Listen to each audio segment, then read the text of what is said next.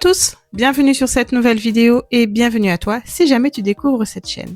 N'hésitez pas à venir suivre mon quotidien sur Instagram au même nom, Pamaluve. On va donc commencer cette petite vidéo par reprendre les bases. Nous allons répertorier 10 achats que, entre guillemets, je regrette. Entre guillemets, parce que ce sont des achats que j'ai appréciés sur l'instant, mais que finalement je me suis lassée et aujourd'hui ne me sont d'aucune utilité. Ce type de problèmes, je pense que ça arrive à un bon nombre d'entre nous et c'est pour ça que je trouve intéressant de faire une petite liste et peut-être que ça va aller vous faire fouiller au fond de vos placards. On a une centrifugeuse ici et un extracteur de jus. Concrètement, c'est quoi la différence? C'est que l'un, on doit éplucher et l'autre non, donc il y a quand même un gain de temps. Ceci dit, j'avais acheté cette première machine dans l'optique de faire mes jus à la maison. La seconde machine a été une collaboration, donc celle-ci, on n'enlève pas la peau.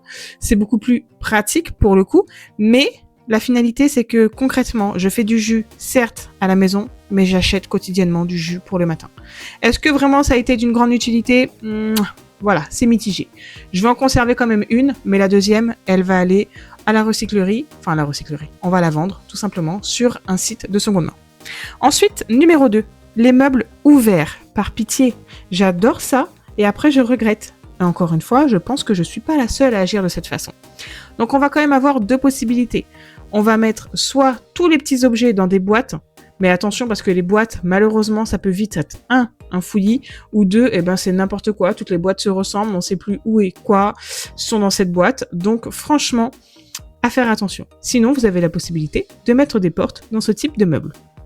Chose que je vais faire très prochainement.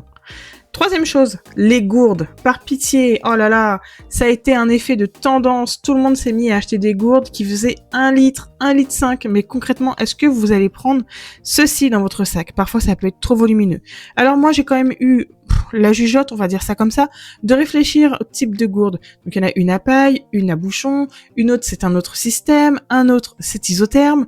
Et finalement, qu'est-ce que j'utilise concrètement lorsque je sors avec mes enfants? Parce qu'il faut savoir que ça, ce ne sont que mes gourdes personnelles. Les gourdes de mes enfants ne sont pas mises dans cette vidéo. Ils en ont une chacun et c'est amplement suffisant. Mais quand moi je sors, finalement, je ne prends pas de gourde. Je sors avec ce petit sac isotherme et une bouteille de 1,5 litre. C'est beaucoup plus pratique, je trouve. La gourde a totalement son utilité, elle a vraiment sa place dans nos placards, mais réfléchissez bien, vous n'avez pas besoin de 4 gourdes pour une seule petite bouche. Numéro 4, les cubes. Oh là là, mais combien de fois j'ai fait cette erreur? Combien de fois j'ai conseillé d'arrêter et pourtant il m'en reste encore quelques-uns à la maison? Le problème de ces cubes, c'est qu'effectivement, on peut ranger tout et n'importe quoi dedans s'il n'y a pas de visuel, donc on n'a pas la charge visuelle, tout simplement. Donc on va se dire, il n'y a pas beaucoup de désordre, tout est mis dans le bac. Mais est-ce que vraiment, si vous étiez un enfant, vous irez dans ce bac? Je ne pense pas parce que soit vous retournez le bac et ça va être vraiment craintif pour les parents de se dire oh là là, il va falloir tout ranger à chaque fois. Mais pour l'enfant, d'aller chercher un objet qui n'est pas accessible, c'est pas forcément agréable. Et ça sera pareil pour vous, pour vos documents, pour tout ce que vous allez ranger dans ce type de cube. Donc attention. Nous allons passer ensuite à l'étape des produits ménagers. J'aime beaucoup faire le ménage. C'est vrai que pour moi, c'est un antidépresseur. C'est vrai que quand je suis pas bien, quand je réfléchis, ou même quand j'ai envie en fait de faire quelque chose, je m'attaque à faire du ménage. Ça paraît peut-être fou, mais je sais qu'on a un bon nombre de personnes à agir ainsi. La problématique, c'est que on a tendance à acheter tout et n'importe quoi comme produit. Là, j'ai 2 produits à la maison, ça fait 1 siècle et demi qu'ils sont là, et pour autant, je ne les utilise pas. J'utilise toujours les produits simples, et majoritairement, beaucoup de vinaigre blanc dilué dans de l'eau, donc dans un seul pulvérisateur. Est-ce que j'aurais vraiment l'utilité à avoir un produit pour chaque chose, un type de sif pour récurer le carrelage, un type de sif, par exemple, moi je dis sif, c'est une marque, mais un produit pour le carrelage, un produit pour le sol, un produit, voilà, réfléchissez, est-ce que vraiment vous avez besoin de tous vos produits? Allez faire un petit tour dans vos placards, je pense que vous allez trouver des choses que vous n'utilisez pas. Nous avons ensuite cette friteuse à air chaude, un air fryer. Ça a été encore une fois un effet de tendance, j'en ai eu 2. Et pour tout vous avouer, je ne les utilise pas. Alors, concrètement, est-ce que c'est utile de l'avoir à la maison? Non. Au début que je l'ai eu, j'ai commencé à faire des recettes, j'ai trouvé ça super sympa, mais finalement, je passais plus de temps à le nettoyer qu'à l'utiliser. Donc, je me suis dit, est-ce que aujourd'hui j'ai une vraie utilité? Non. Cette vidéo aujourd'hui, elle me permet surtout de regrouper également tout ce que je vais pouvoir mettre sur le site de seconde main, et finalement, c'est pas mal. J'espère que vous ferez de même pendant que vous regarderez cette petite vidéo. On va parler maintenant des distributeurs de savon. Là, c'est mon kit pour la cuisine. C'est à la base un kit pour la salle de bain parce qu'il est assez volumineux. Certes, il n'est pas Pinterest, même si je trouve que franchement, il donne son effet waouh niveau décoration. Mais surtout, il a un grand contenant. Parce que les effets Pinterest où vous avez des petits flacons que vous devez remplir tous les 2 jours, est-ce qu'il y a vraiment un intérêt? J'en doute fortement. À part vous faire perdre du temps quotidiennement à devoir le remplir, honnêtement, certes, il y a un côté esthétique, mais faites attention à sa capacité. J'ai normalement le pot pour les brosses à dents que j'utilise pour ma paille de fer et mon éponge. Voilà. C'est juste un petit côté esthétique où il faut faire attention sur un achat utile pour le coup. On va avoir numéro 8. Je fais partie de toutes ces femmes qui adorent les gadgets. J'adore. Je gagne beaucoup de temps, du moins je l'estime, lorsque je vois un gadget.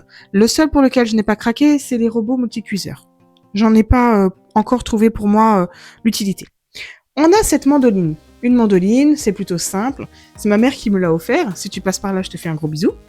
Elle est super. Honnêtement, elle est géniale. Elle a plusieurs possibilités de râper. Elle est topissime. Mais déjà, ça sort du téléachat, donc on sait très bien que téléachat, 1 fois sur 2, c'est un achat qui n'est non réfléchi. Sur cette petite mandoline, il y a quand même plusieurs manipulations à faire. Donc, il faut sécuriser, il faut ensuite emboîter, il faut assembler, et concrètement, au quotidien, eh bien, j'utilise une râpe lambda, comme celle-ci, qu'on trouve n'importe où, dans n'importe quel supermarché, tandis que cette mandoline qui est un petit peu plus superficielle, finalement, elle n'est pas si pratique.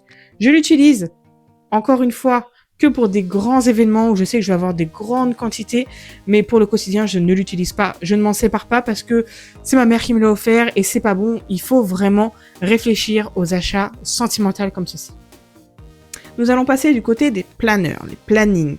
Encore une fois, je suis moi aussi subjuguée par tout ce qu'on peut trouver sur les organisations, tout ce qui peut être mis en place dans la maison, tout ce qui est pour le gain de temps.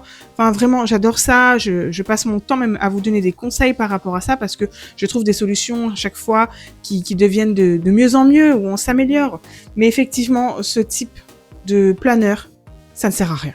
Ça ne sert à rien, on n'y voit rien, c'est transparent, c'est... Voilà, réfléchissez à 2 fois, est-ce que vous avez vraiment besoin de ça? Est-ce que vraiment vous allez l'utiliser? Achat regretté pour moi, concernant ces petits planeurs. Ensuite, on va avoir le côté logistique du linge. Tout le monde a du linge. Tout le monde est débordé par ce type de tâches. Maintenant, si vous voulez gagner du temps, achat utile, prenez un panier en plastique et aérez. Dans un premier temps, vous allez pouvoir le nettoyer. En plus de ça, ça va éviter de condenser les mauvaises odeurs, mais surtout un seul panier dans une seule pièce. Tout le monde va venir déposer ses affaires au même endroit, vous allez gagner du temps. Après, si vous avez la place, pourquoi pas mettre 3-4 paniers où vous élaborez directement le tri. Voilà, vous faites un panier pour le rouge rose, un autre pour le blanc et ainsi de suite. C'est donc la fin de cette vidéo. J'espère sincèrement qu'elle t'aura aidé, qu'elle va t'éclaircir un petit peu les placards. N'hésite pas à liker celle-ci, à mettre un commentaire. Dis-moi toi, quel achat tu regrettes ou tu vas te séparer. Merci d'avoir regardé cette vidéo jusqu'au bout et je vous dis à très vite. Ciao!